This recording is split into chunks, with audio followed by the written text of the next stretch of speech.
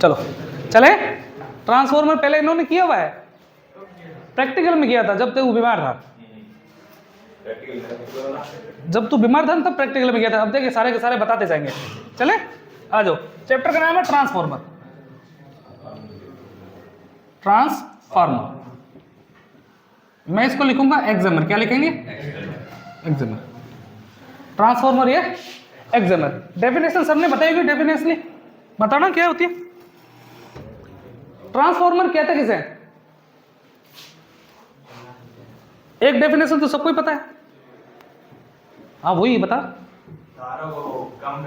तारा पे काम ही नहीं करेगा। अच्छा जी तो अरे ये अलग से ले।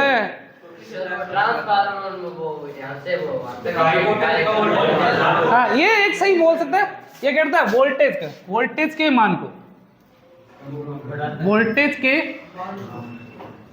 मान को बढ़ाता नहीं है, परिवर्तन करता है। परिवर्तन यानी कि घटाता बढ़ाता है, घटाता बढ़ाता दोनों काम करता है। बढ़ाता परिवर्तन करने का कार्य करता है। वोल्टेज को स्टेप डाउन स्टेप अप करने वाला साधन, वोल्टेज को स्टेप अप स्टेप डाउन करने वाला साधन, या वोल्टेज को परिवर्तन करने वाला साधन क्या कहलाता है? ट्रांसफॉर्मर कहलाता है। ये डेफिनेशन तो सबको याद है, लेकिन आपको ये याद रखनी है। वे वैद्युतिक युक्ति, वे वैद्युतिक युक्ति जो बिना किसी भौतिक संपर्क के, बिना किसी भौतिक संपर्क के, भौतिक संपर्क के विद्युत ऊर्जा को, कौन सी ऊर्जा को? विद्युत ऊर्जा को एक परिपथ से दूसरे परिपथ में स्थानांतरित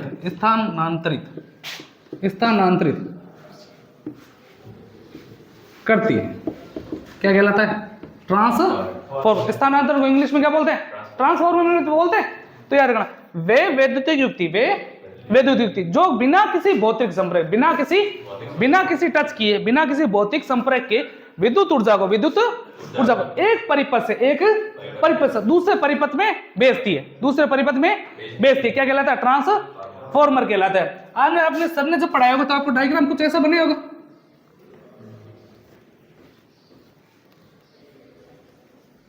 ऐसे तो कुछ बने होगा, है ना? अभी के लिए वैसे ही लिख देता हूं। यहां मैंने दे दी सप्लाई। क्या दे दी? सप्लाई के रूप में हमेशा क्या देंगे? ऐसे देंगे। यहां क्या लोगे आप? आउटपुट ले लेंगे। आउटपुट है। चले अब देखना, अब बीच में कोई संपर्क है क्या इसमें? आपने सप्लाई तो इधर दी है, सप्लाई इसको दी है। जिसको सप्लाई जोड़ा जाता है उसको बोलते हैं प्राइमरी वाइंडिंग। क्या बोलते हैं? Primary winding. आगे लिखवा दूंगे वैसे। और जिसको लोड से जोड़ा जाता है, जिससे आउटपुट लिया जाता है, वो क्या कहलाता है? सेकेंडरी वाइंडिंग कहलाता है। इतना करवाया था ना सर ने। आ जाओ बीच में कोई संपर्क दिख रहा है आपको? कोई संपर्क नहीं है, फिर भी क्या करती है आप? सप्लाई तो इधर देते हो, इधर क्या चल जाती है? आपको आउटपुट मिलती है कि नहीं मिलती? तो यही तो डेफिनेशन लिखिए। वे वैद्युतिक युक्ति, विद्युत से जोड़ा है तो वैद्युतिक युक्ति जो बिना किसी भौतिक संपर्क है, बिना किसी भौतिक विद्युत ऊर्जा को, कौन सी ऊर्जा को? विद्युत ऊर्जा को दूसरे परिपथ में ट्रांसफर करती है। क्या कहलाता है? ट्रांसफॉर्मर कहलाता है। यहां तक कोई दिक्कत समस्या परेशानी तो बताओ। अभी चालू किया है, चले आगे। ये तो नॉर्मली है, सबको पता ही है। वे वैद्युतिक युक्ति जो वोल्टेज क्या करते हैं? स्टेप अप या स्टेप डाउन करती है। चलो धारा में परिवर्तन तो वोल्टेज के कारण आता है। किसके कारण आता है? वोल्टेज के कारण आता है। वो आगे बताऊंगा कैसे। फिलहाल अभी के लिए इतना समझो। फिर पूछा जाएगा आपको प्रिंसिपल, इसका सिद्धांत। किस सिद्धांत पर ये काम करता है? ट्रांसफॉर्मर किस सिद्धांत पर काम करता है? आप लोग बताओ पहले।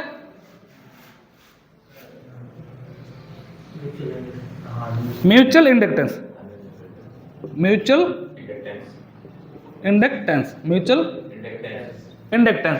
या इसको बोलते हैं अन्योन्य प्रेरण। क्या बोलते हैं? अन्योन्य प्रेरण, या इसको क्या बोलते हैं? सह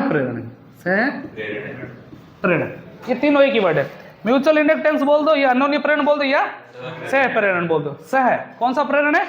सह। आगे एक स्व प्रेरण भी कराऊंगा, वो अलग आएगा। ये कौन सा प्रेरण है? सह प्रेरण। कौन सा प्रेरण है? तो याद रखना ट्रांसफॉर्मर किस सिद्धांत पर काम करता है? Mutual inductance. या ऑप्शन नहीं मिले तो क्या मिलेगा? अन्योन्य प्रेरण। नहीं मिलेगा तो सह प्रेरण। कोई दिक्कत समस्या परेशानी? यहाँ पे म्यूचुअल इंडक्टेंस को प्रदर्शित किया जाता है मोटोड है एम से। मोटोड है एम से। फॉर्मूला होता है एम बराबर अंडर रूट में L1 डॉट L2 आया गया। कोई दिक्कत समझे परेशानी? ये म्यूचुअल इंडक्टेंस का फॉर्मूला होता है। कोई दिक्कत समझे परेशानी यहाँ पे?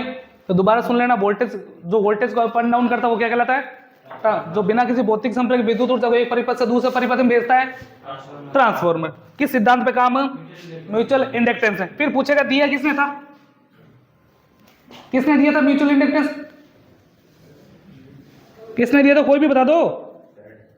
Michael Faraday. किसने दिया था? फेराडे। Michael Faraday. यहां तक उतारो फिर चलता।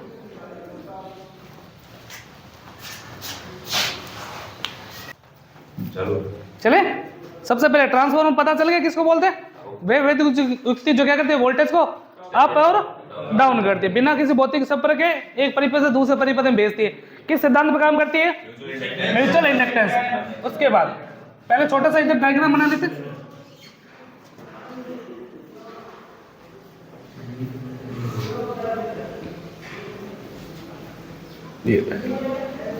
चले अब देखो ट्रांसफॉर्मर में कुंडलियों की संख्या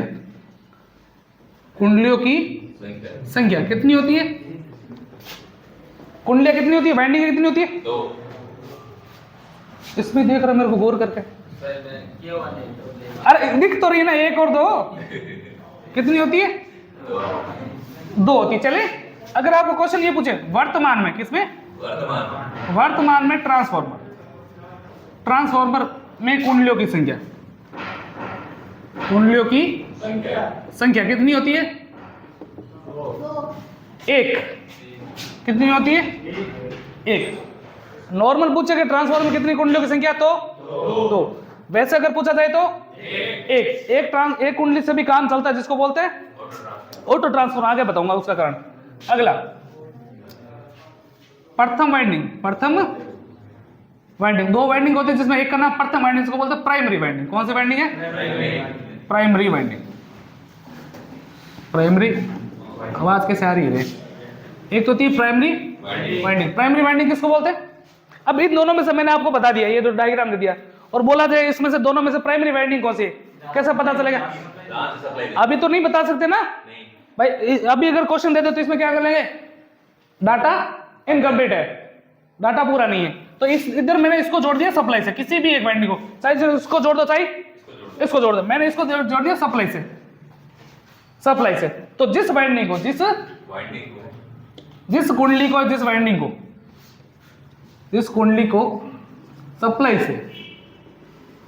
से जोड़ा जाता है वो क्या कहलाता है?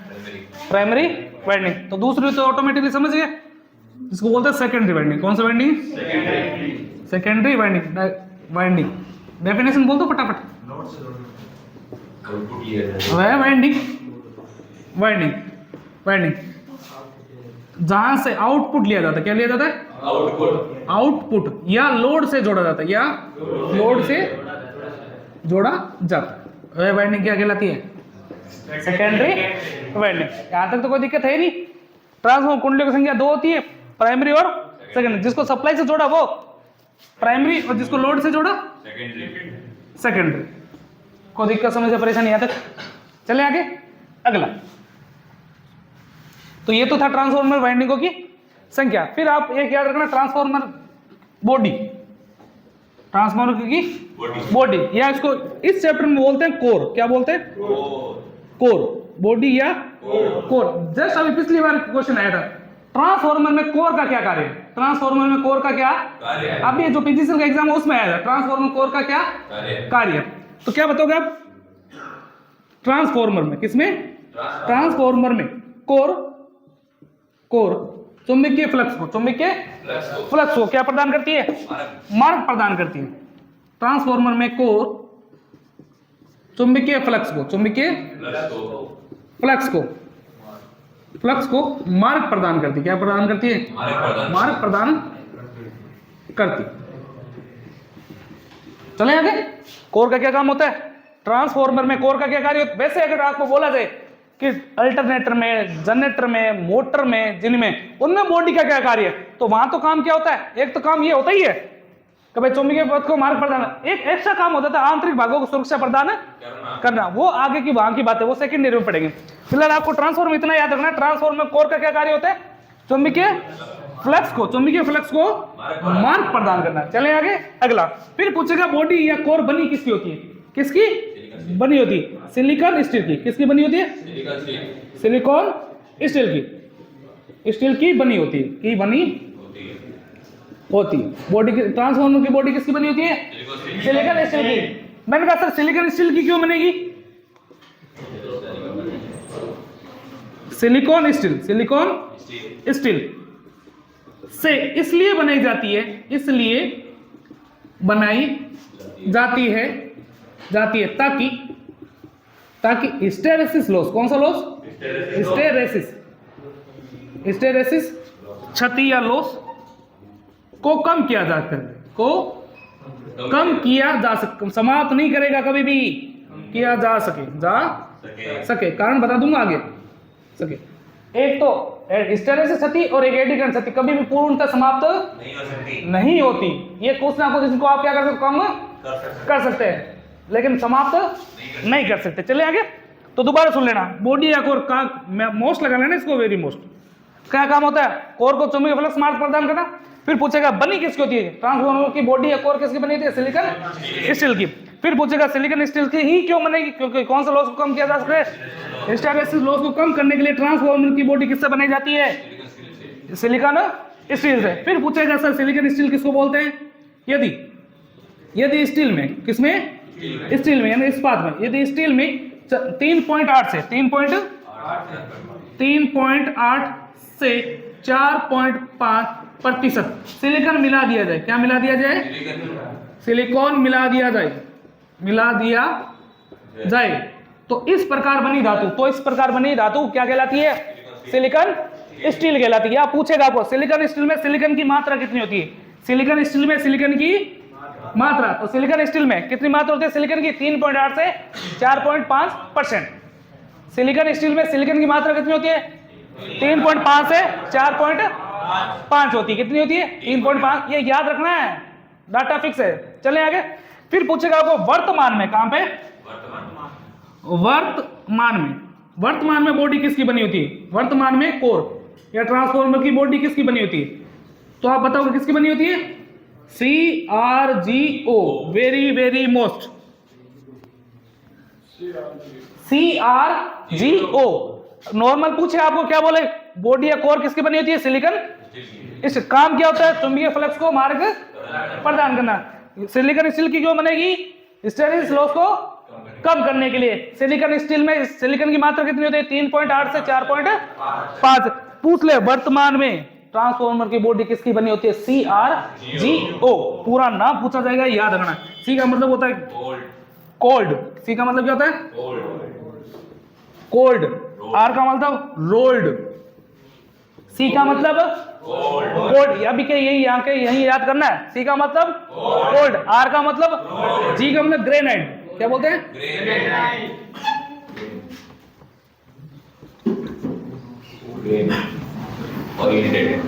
सी का मतलब ग्रेनाइट होता है।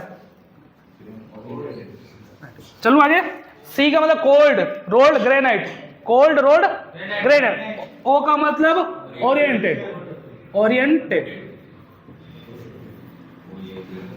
पूरा नाम याद रखना। वर्तमान में बॉडी किसकी बनी होती है? CRGO।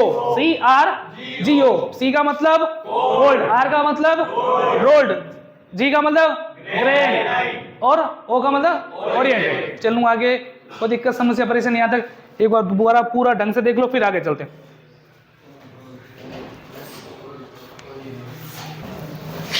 चले आ जाओ। उसके बाद अब पढ़ोगे आप ट्रांसफॉर्मर की विद्युत वाहक समीकरण। छोटी छोटी चीजें पहले बता देता हूं, फिर आगे चलेंगे। ट्रांसफॉर्मर की विद्युत वाहक समीकरण क्या होती है? 4.44 into F into T, F into T, F into T, 4.44 F into T into 5 क्या होती है? 5। चलने आगे, एफ टी 5 या 5FT बोलते हैं इसको, क्या बोलते हैं?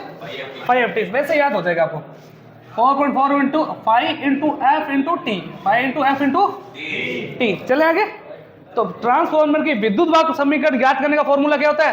4.44 5 into F into T, 5 into F into T. कोई दिक्कत समझे, परेशानी? चले क्या आगे, अगला, जहां जहां जहां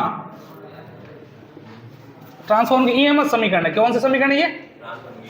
ईएमएफ। ईएमएफ का पूरा नाम पहले बता चुका हूं, इलेक्ट्रोमोटिव फोर्स। जहां फाई का मतलब क्या होता है? फ्लक्स। जिसको बोलो वही बताएगा। फाई का मतलब फ्लक्स। कहां गया प्रकाश? फ्लक्स की इकाई क्या होती है? फ्लक्स की इकाई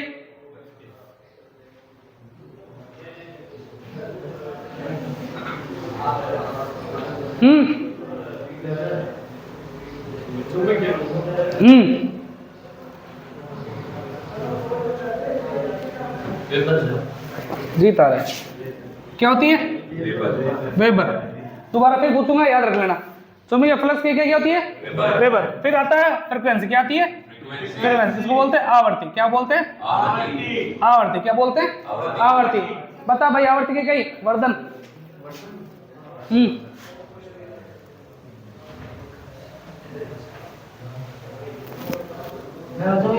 एक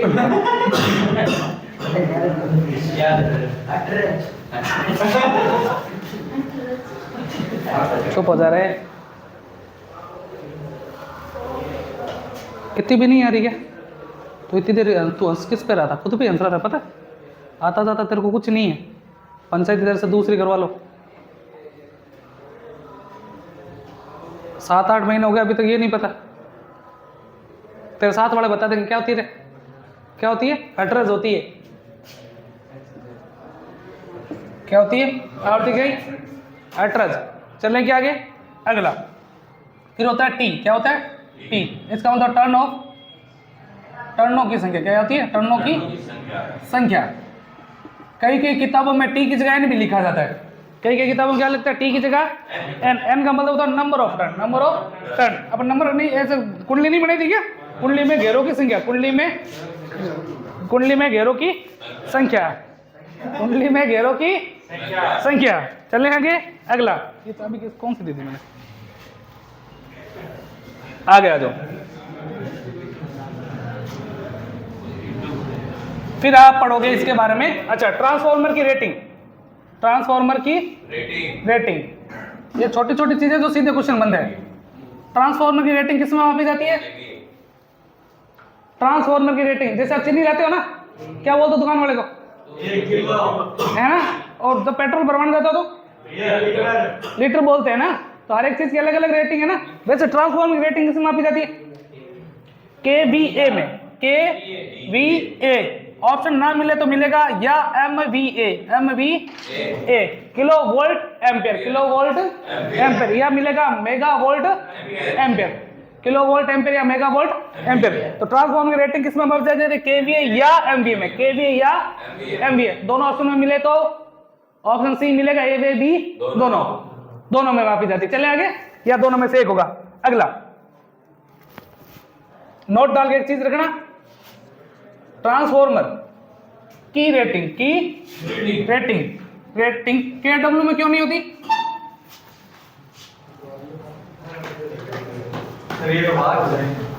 KW में क्यों नहीं होती, मैं ये पूछ रहा हूं। किलोवाट में क्यों नहीं होती? कोई भी बता दो। नहीं, KW बदलती रहती ना, धारा पर निर्भर करती है ट्रांसफॉर्मर की। और ये किस पे काम करता है? वोल्टेज पे। ट्रांसफॉर्मर की रेटिंग KW में नहीं मापी जाती। नहीं मापी जाती। जाती, क्योंकि के डब्ल्यू किलो वाट लोड पर निर्भर करती है। किस पर निर्भर करती है? लोड पर निर्भर करती है, निर्भर करती है। ये भी एक बार पूछा गया, नॉर्मल पूछे आपको केवी किसमें रेटिंग मापी जाती है, केवी या एमवीए में। अगर आपको पूछे के डब्ल्यू में क्यों नहीं मापी जाती, क्योंकि के डब्ल्यू क्या होता है, लोड पर निर्भर करता है। चलो आगे, अगला ट्रांसफॉर्मर ईएमएफ समीकरण क्या होती है, 4.44 5FT। चलूं आगे, कोई दिक्कत समस्या परेशानी? अगला ये हो गया, ये हो गया, ये हो गया। अब पढ़ेंगे मेन चीजें। ट्रांसफॉर्मर किसको नहीं बदलता, वेरी वेरी मोस्ट। ट्रांसफॉर्मर किसको बदलता है, ये तो आपको पता ही है। आपको ये पता होना चाहिए किसको नहीं बदल सकता। ट्रांसफॉर्मर शक्ति कौन, किसको?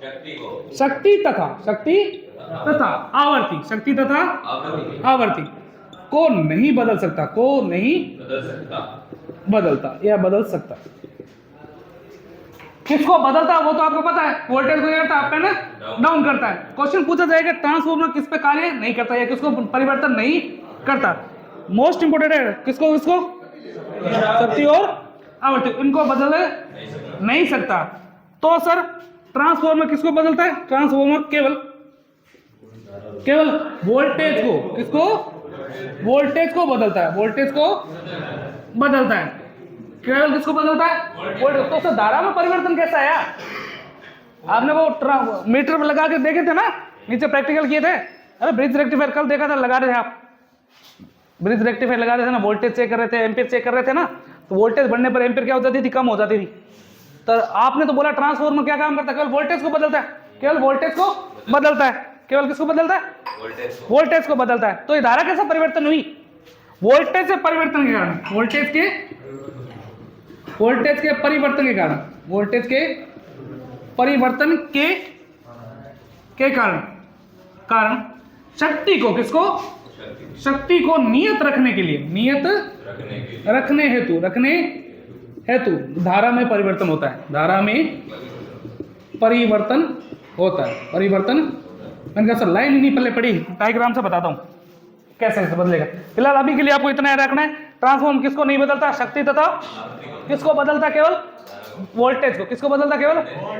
तो सर धारा में भी परिवर्तन आता है कि क्यों आता है? क्योंकि शक्ति को क्या रख सके, नियत रख सके। थोड़ी देर पहले तो बदला था कि शक्ति को नहीं बदल रहा, तो प्राइमरी और सेकेंडरी की शक्ति क्या होनी चाहिए, सेम होनी चाहिए। इसलिए क्या होता है, अगर वोल्टेज का तो बढ़ाते हो तो धारा ऑटोमेटिक क्या हो जाती है, कम हो जाती है। किस लिए? क्योंकि शक्ति को क्या रखा जा सके, नियत रखा जा सके। कारण इसका बताता हूं आगे डायग्राम में, अभी के लिए इतना उतारो फिर चलते।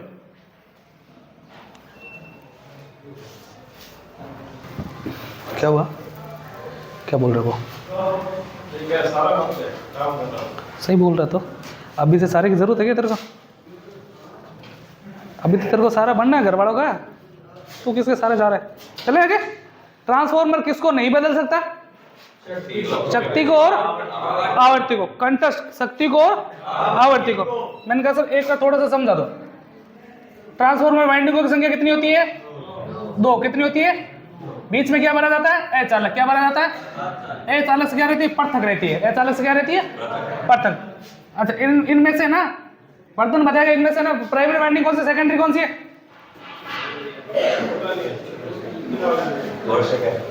इन दोनों में से प्राइमरी और सेकेंडरी कौन सी है? कैसे पता चला? बड़ी है इसलिए वो हो गया। सप्लाई देंगे ना, जिसको सप्लाई से जोड़ा जाता है वो क्या कहलाती है? प्राइमरी। जिसको सप्लाई से जोड़ेंगे वो क्या कहलाएगी? प्राइमरी। जिसको लोड से जोड़ेंगे वो सेकेंडरी। जिसको लोड से जोड़ेंगे वो सेकेंडरी। चलूं आगे। अब देखो मैंने कहा इसकी जो शक्ति है P1 बराबर क्या होती है? P2। ट्रांसफॉर्मर शक्ति को बदलता है नहीं है। मैंने कहा सर कैसे समझ लेते हैं? मैंने समझा प्राइमरी की जो वोल्टेज है इसको मैंने लिख दिया VP। क्या लिख दिया? P का मतलब प्राइमरी, V का मतलब वोल्टेज। चले मैंने मान लिया VP जो है कितना है? 100 वोल्ट, सॉरी 50 वोल्ट है। कितना वोल्ट है? प्राइमरी की वोल्टेज कितनी है? 50 वोल्ट। मैंने मान लिया धारा प्राइमरी की, तो क्या लिख देता हूं? IP, primary of current. IP का मान है 2। कितना है? 2 एम्पियर। कितना है? 2 एम्पियर। तो PP निकालते हैं। PP का मतलब प्राइमरी की पावर, प्राइमरी की पावर। पावर निकालने का फॉर्मूला क्या होता है उधर प्रकाश? प्राइमरी की जो शक्ति निकालने का सूत्र क्या होता है? शक्ति निकालने का कल किया था ना सवाल, वही तो बात है। 8 महीनों से नहीं आ रहा क्या? शक्ति क्या करना, इधर वाला कोई भी बता सकता है शक्ति क्या करना फॉर्मूला? P बराबर, तो P बराबर V I। चलो आगे, वोल्टेज कितना दिया है? 50। कितना है? 50। धारा कितनी दी है? 2 एम्पीयर। तो कितना आ गया? 100। इकाई क्या आएगी इसके पीछे? वाट। प्राइमरी की वाट कितनी है? वाटेज कितनी है? 100 वाट। इसकी भी इतनी ही आनी चाहिए, सेकेंडरी की भी। कैसे? मैंने मान लिया प्राइमरी की जो वोल्टेज है, प्राइमरी की वोल्टेज जो प्राइमरी की जो पावर है वो तो बराबर ही रहेगी। मैंने पहले बोल दिया ना, P1 बराबर P2 होता है, P1 बराबर P2, दोनों बराबर ही तो होते हैं। चले आगे, तो अब क्या निकाले इसमें से? धारा निकाले क्या है? तो वोल्टेज मान लेते कितनी है भाई? दोनों में से एक चीज तो आपको पता होनी चाहिए ना। वोल्टेज इसकी मान लेते कितनी? VP VS VS secondary of voltage, secondary का वोल्टेज। VS की वैल्यू दे दी 25। कितनी है? 25 वोल्ट, 25 धारा निकाले, मतलब IS निकालना। क्या निकालना है? यहां तक समझ आया गया? हो जाएगा ना? वापस निकालते हैं। PS है, तो PS यानी सेकेंडरी की पावर निकालने का फॉर्मूला क्या होता है शक्ति निकालने का? VI। V की वैल्यू 25, पावर की वैल्यू I तो निकालना है। तो इधर क्या चलेगा भाग में? कितना आ गया? 4। धारा कितनी आ गई? 4। इधर धारा कितनी है? इधर कितनी है? पहले तो ये समझना, सुनना मेरी बात को। इधर एम्पेयर कितनी है? इधर कितनी है? अब देखना इधर वोल्टेज का मान कितना है और इधर ज्यादा वोल्टेज किस तरफ है? तो करंट कम है। देखो वोल्टेज कम किधर है? धारा किधर होगी? ज्यादा। इसलिए ज्यादा धारा क्यों बनी है? ऑटोमेटिकली तो बनी है, अपने थोड़ी की है। कैसे बनी? क्योंकि इसको क्या रखनी थी? पावर समान। इसकी अगर 100 वाट है, इसकी भी क्या होनी चाहिए? 100 वाट। तो शक्ति को नियत रखने के लिए क्या करना पड़ा? धारा में परिवर्तन होता है, लेकिन बदलता नहीं है। इतना याद रखना। ट्रांसफॉर्मर केवल किस पे काम करता है? वोल्टेज पे ही काम करता है। वोल्टेज बढ़ता है घटता है, तो धारा क्या करती है? ऊंची नीचे होती है ना, ऊपर नीचे होती रहती है। किस कारण? क्योंकि वो शक्ति को क्या रख सके? नियत रख सके। चलने आगे, अब देखना इसका मतलब क्या होता है कि P बराबर क्या होता है? PS पूछ ले, अभी पूछ ले, दिक्कत लग रही है। अरे अभी कंफर्म कर लो। अरे अभी पूछो, बाद में क्या? सर तो फिर ये अपन जो ट्रांसफार्मर लगाते हैं 6 वोल्ट और 12 वोल्ट वाला। अच्छा 12 का, ठीक है ना? तो इसमें धारा कितनी बढ़ जाती है? इसमें तो भाई 5। वो तो पहली बात, तो स्टेप डाउन है। डाउन हो रहा है, इसका मतलब धारा बढ़ेगी। डाउन हो रहा है, इसका मतलब क्या बढ़ेगी? धारा बढ़ेगी। उसकी कितनी बढ़ सकती है आप चेक करो ना उसमें। सर आपने देखा था कि ना अपन को करंट लगता है 0.5 मिली एम्पीयर हाँ है ना? तो फिर और करंट क्यों नहीं आता है? करंट क्यों नहीं आता है? किसने बोला नहीं आता? ट्रांसफार्मर वोल्टेज कम हो गया ना बाहर। अच्छा ये बोल रहा है जब बाहर आपने वोल्टेज निकाली तो 12 वोल्ट पे तो अपने को करंट नहीं आएगा, समझ लिए। लेकिन करंट है वो तो ज्यादा होगी ना, है ना? करंट ज्यादा, वो उसको उसी रेटिंग के अनुसार बनाएंगे ट्रांसफार्मर को। ट्रांसफार्मर जो बनाए ना, उससे जो धारा है वोल्टेज निकले वो उतनी ही निकलेगी, उससे ज्यादा उसको बनाए इतने ऐसे प्रकार से गया है। जैसे 1 किलोवाट का ट्रांसफार्मर है तो उस आउटपुट में कितना वोल्टेज है, कितनी धारा निकलेगी, वो पहले से फिक्स कर रखा है, उससे ज्यादा या कम नहीं निकाल सकते। एक जैसे सुनो, मैं समझाता हूँ इस चीज को। जैसे मेरा पंखा है, अब पंखे का रेगुलेटर क्या काम करता है? स्पीड को बढ़ाता है घटाता है? केवल कम करता है। तो पंखे का रेगुलेटर क्या करता है? स्पीड को केवल अधिकतम गति से क्या कर सकता है? कम कर सकता है। अधिकतम गति से क्या कर सकता है? उसको बोलो अब अधिकतम जो गति है उससे तेज चला देगा कि तो कम ज्यादा तो करने से रहा, कम ज्यादा तो करने से रहा। ये करता है रेगुलर, क्या करता है? अधिकतम जो गति है उससे क्या कर सकता है? केवल तो वोल्ट जो आपका ट्रांसफर जो बाहर जो आउटपुट निकाल रहा है वो अधिकतम कर सकता है, उसके बीच के बीच में ही करेगा, उससे आगे नहीं। उसको बनाया इस प्रकार किया गया है, उसकी मैन्युफैक्चरिंग ऐसी की गई, इसलिए अपने को करंट नहीं लगता। और दोबारा आप तू है ना कभी लगा के देखना। सवाल अच्छा है इसका भाई। आपने बोला ना आपको जो करंट लगता है 0.5 एम्पीयर पे करंट लगता है या 50 मिली एम्पीयर पे करंट लगता है, पढ़ा है ना? तो आप 0.12 का जो ट्रांसफॉर्मर यूज है उसमें वोल्टेज तो कम हो गया, धारा तो बड़ी होगी ना। धारा बढ़ेगी, लेकिन आप प्राइमरी की धारा चेक करना है और सेकेंडरी की धारा चेंज करना है, बढ़ेगी जरूर, लेकिन करंट लग जाए इतनी नहीं बढ़ेगी। उसमें जो टर्न है वो कम से कम है। टर्नों पे डिपेंड करेगी धारा और वोल्टेज दोनों। कैसे अभी बता दूं, बस वही चल रहा हूँ। अब चले आगे हो। तो मैंने कहा सर प्राइमरी की जो पावर है वो सेकेंडरी पावर क्या होती है, बराबर होती है। ट्रांसफॉर्मर इन दोनों को बदल नहीं सकते। मैंने कहा प्राइमरी की पावर दोनों को बराबर है, इसका मतलब VP इंटू IP, यही तो फॉर्मूला होता है। सर PP कहां से आया, ये प्राइमरी की बात कर रहा हूं ना मैं, तो PP तो लगाते प्राइमरी की है, तो प्राइमरी की वोल्टेज और प्राइमरी की करंट, यही तो फॉर्मूला था वाट का, बराबर होती है किसके, VI के तो होती है। इसका फॉर्मूला यही तो, पीछे क्या लगा देंगे VS। चलूं आगे। अब देखना VP को तो मैं इधर ही रखता हूं और VS को इधर ले आता हूं, ये लो VS बराबर, इधर पहले से क्या पड़ा IS, इधर से क्या आ जाएगा IP। ये लाइन समझ आई क्या किसी के, पूरे ट्रांसफॉर्मर सबसे काम की चीज है, पूरे ट्रांसफॉर्मर में सबसे काम की चीज है। कई फॉर्मूले हल होंगे इससे। मैंने कहा ये जो आप एक इक्वेशन पढ़ाते हैं सारे इक्वेशन पढ़ाते हैं कि जो समीकरण थे ई, जो समीकरण ई बराबर पढ़ाएंगे के नियतांक बराबर NEP बटा ES, NP बटा NS, रूट ZB बटा ZS, IS बटा IP। एक आपको चाहे तो रट लो। बनी कैसे, ये इस प्रकार से बनती है, दोनों की पावर कभी नहीं बदलेगी, तो दोनों को बराबर रखा, क्रॉस मल्टीप्लाई किया, आ गया। तो याद रखना VP बटा VS बराबर IS बटा IP, VP बटा VS IS बटा IP। अब एक चीज और, ये तो है पहली समीकरण, कैसे समीकरण है। दूसरी समीकरण क्या होगी सर, n जो होते हैं, n बोले तो घेरों की संख्या, n बोले तो घेरों की संख्या, घेरे जो होते हैं वो क्या होते हैं, घेरों की संख्या, वो समानुपाती होते किसके, वोल्टेज के। किसके समानुपाती होते हैं, वोल्टेज के। किसके समानुपाती होते हैं, तो NP समानुपाती होता है किसके, EP के। NP समानुपाती किसके होगा, EP के। भाई प्राइमरी के टर्न है, जो प्राइमरी की वोल्टेज को बढ़ाएगा, सेकेंडरी को तो बढ़ा नहीं सा, तो सेम चीज होगी, बराबर में क्या होगा NS समानुपाती ES, होगा कि नहीं होगा। चलो अब जब इसको हल करेंगे तो ये आंसर आएगा NP बटा NS बराबर में आएगा EP बटा ES, EP बटा ES। ये दूसरी समीकरण आ गई, सेकेंड समीकरण आ गई। चलो आगे।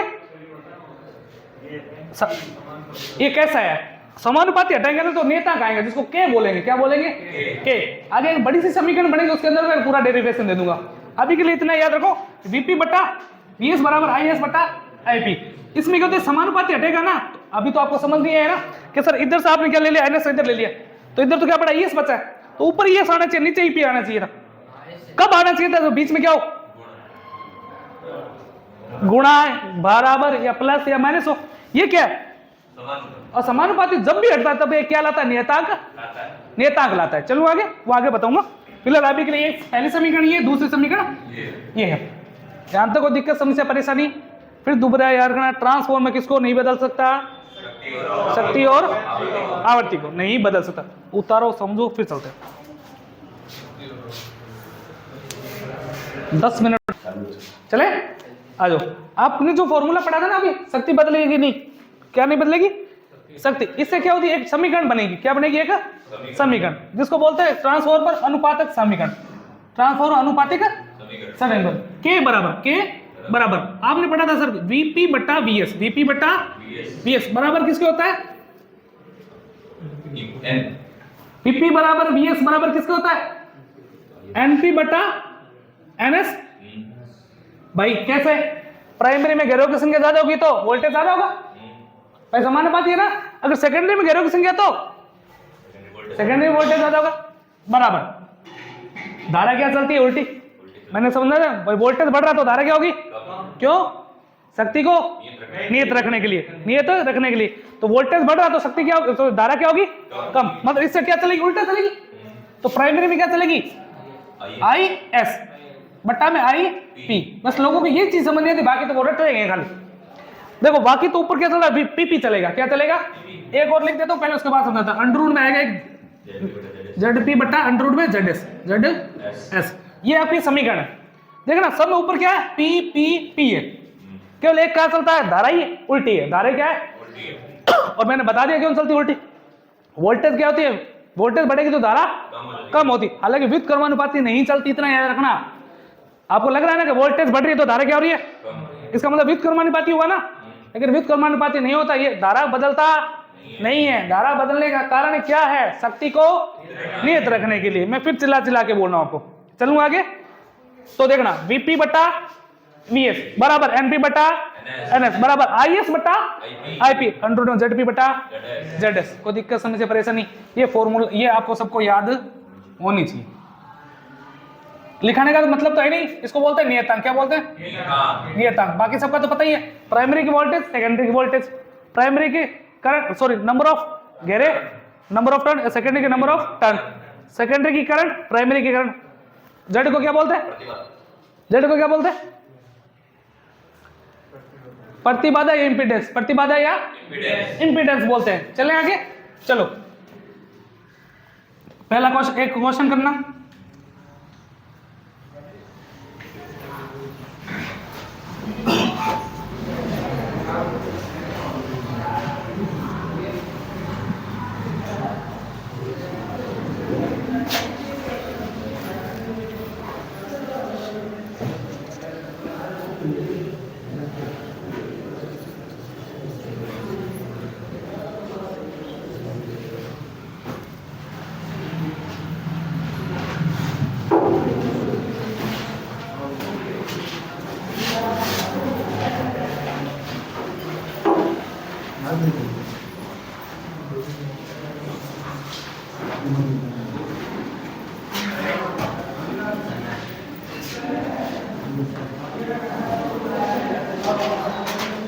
सर आपने एनपी एनपी दो बार लिख दिया। एनएस की वैल्यू वोल्ट है। चलो प्राइमरी वोल्टेज 250 वोल्ट है। प्राइमरी टर्न ऑफ घेरे कितने? 100। टर्न कितने? सेकेंडरी में 175। ठीक है, वोल्टेज याद करनी, सेकेंडरी की वोल्टेज इसमें से उठाना है। देखो अभी क्या क्या काम आ रहा है आपको? वीपी और एनपी काम आ रहा है, एनएस। तो आप क्या करो, इतना इतना काम में ले लो, तो लिखो वीपी बट्टा वीएस बराबर एनपी बट्टा एनएस। मैंने कहा सर करता है, देखो फॉर्मूला क्या है? वीएस बट्टा, अच्छा एस भी लिख सकते हो ऊपर। अगर आप क्या करो, इसको उल्टा कर दो, सारों को क्या कर दो उल्टा। देखो मैं ऊपर एस लिखता हूं तो नीचे क्या लिखूंगा? पी। अच्छा फिर एस के सामने क्या लिखूंगा मैं? एन। एन जिसके सामने जो वो लिख सकते हो, उल्टा पुल्टा नहीं है। वीएस वोल्टेज कितनी है सेकेंडरी की निकालनी है, तो वीएस का वीपी कितना है? 250 वोल्ट, 250 वोल्ट बराबर एनएस कितना है? 175। 100 और प्राइमरी में 100। प्राइमरी में काटा बेटी करेगा 1 0 से 1 0 पचम 25 5 दूनी 10। चलूं आगे, चलो तो Vs बराबर Vs 5 की गुणा किससे हो जाएगी? 100 सीधी कर दूं क्या? देखो 25 का आंसिल भाई 5 7 35 और 2 37 37 का 7 आंसिल भाई 5 से कम 5 और 3 नीचे कितना चल रहा है? 2 का मतलब क्या होता है? आधा ही होता है। कर दो 4 3 7 5। चलूं आगे। अब देखो ये वो ट्रांसफॉर्मर कौन से प्रकार का हुआ है? ये स्टेप अप है, स्टेप डाउन है? देखने से आपको क्या लग रहा है? स्टेप अप ट्रांसफॉर्मर है, स्टेप डाउन है? देखो वोल्टेज पहले कितना था, फिर कितना हो गया? 400। कितना हो गया? ज्यादा ही होगा, क्योंकि घेरे जितने ज्यादा हो गए उसमें वोल्टेज क्या हो गए? सेकेंडरी के घेरे ज्यादा है ना, वोल्टेज क्या होगा? ज्यादा हो जाएगा। क्या है? एक और कर देता हूं, आप घर से करके लाओगे।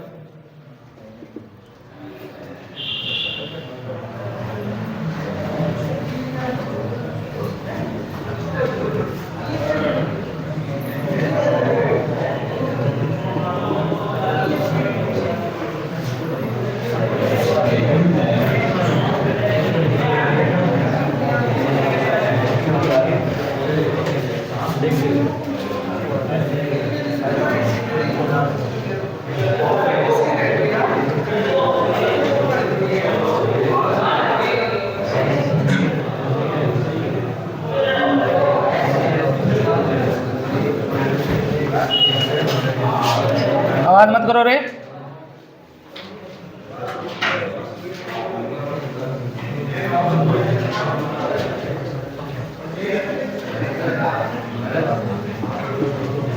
ये प्राइमरी की voltage 100 volt, resistance of primary का 20 ओम, सेकेंडरी की धारा है 10 एम्पियर, सेकेंडरी का आपको वोल्टेज ज्ञात करना है। हो जाएगा क्या? यहां तक को दिक्कत समझ या परेशानी?